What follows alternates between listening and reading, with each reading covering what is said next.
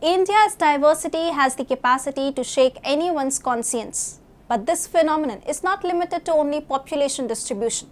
The whole polity and henceforth by extension the system dependent on it also reflects what could easily be classified as cognitive dissonance. Hi and welcome to TFI English, the national socio-political analysis arm of the TFI Media Group. I'm your host Tejasvi Malhotra, and if you haven't subscribed to the TFI English channel yet, please hit the subscribe button and press the bell icon to receive all the latest updates. Coming back to the story, I'm here to tell you about the food grain problem faced by India. Let's begin. On one hand, we see reports of India fighting tooth and nail with the WTO to enable seamless exports of Indian food grains, while on the other hand, news reports time and again point towards people dying from hunger. Those basing their opinions on emotions and reflects majority often ask if India has a food grain problem. The answer is a big no.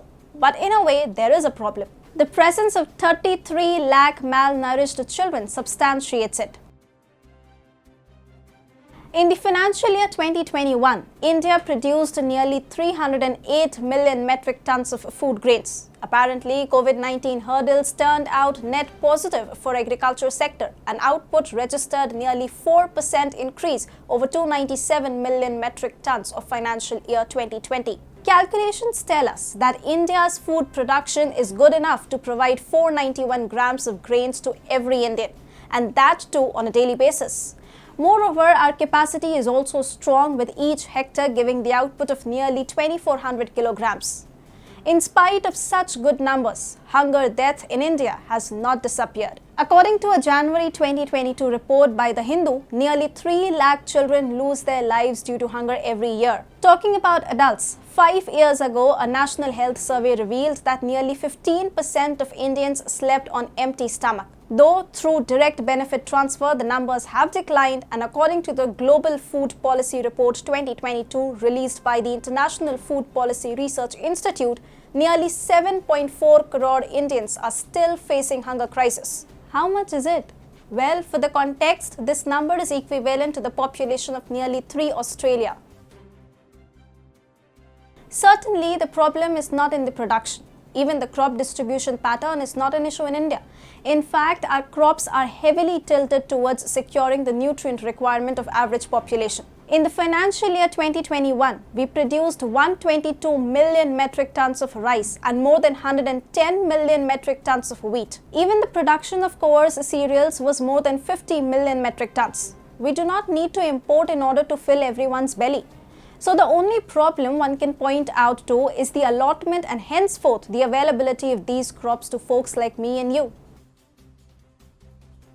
While a lot of Indians buy their food, astonishingly over 50% of them still rely on government for their nutritional requirements. Government makes the food available to them through public distribution system. However, the system is not new and dates back to the British Raj. The system was brought into public policy for rationing food items during the World War II. Given that the idea of welfare state was put into the constitution, the legacy of public distribution system continued in India. Nehru government's copy of the Soviet model ensured that even if we have to import food grains, PDS would continue. By the end of 1960s, it had become a necessity as people were now addicted to free food. There was an imminent need to streamline the system. In 1965, the government established Agriculture Prices Commission and the FCI. The former was mandated to ensure that price of agri-products do not go haywire, and the government's cost of procuring it for subsidized distribution remains low. FCI was mainly mandated to ensure distribution of food grains under PDS. 27 years later, the scheme was revamped to make it more accessible to people living in far-flung, hilly, remote and inaccessible areas. Moreover, economic liberalization had kicked in, and now the government was aiming towards directing the PDS to only the needy. 5 years later, in 1997, the government introduced the targeted public distribution system. Under TDPS, beneficiaries were divided into below poverty and above poverty line. Additionally, to ensure food security for the poorest 1 crore Indians, Antyodaya Anna Yojana was also launched by the Vajpayee government. In 2013, the Manmohan Singh government brought National Food Security Act 2013. and getting food from government became a right for the poor and hungry. The government procures food at minimum support price from farmers and distributes it to the needy.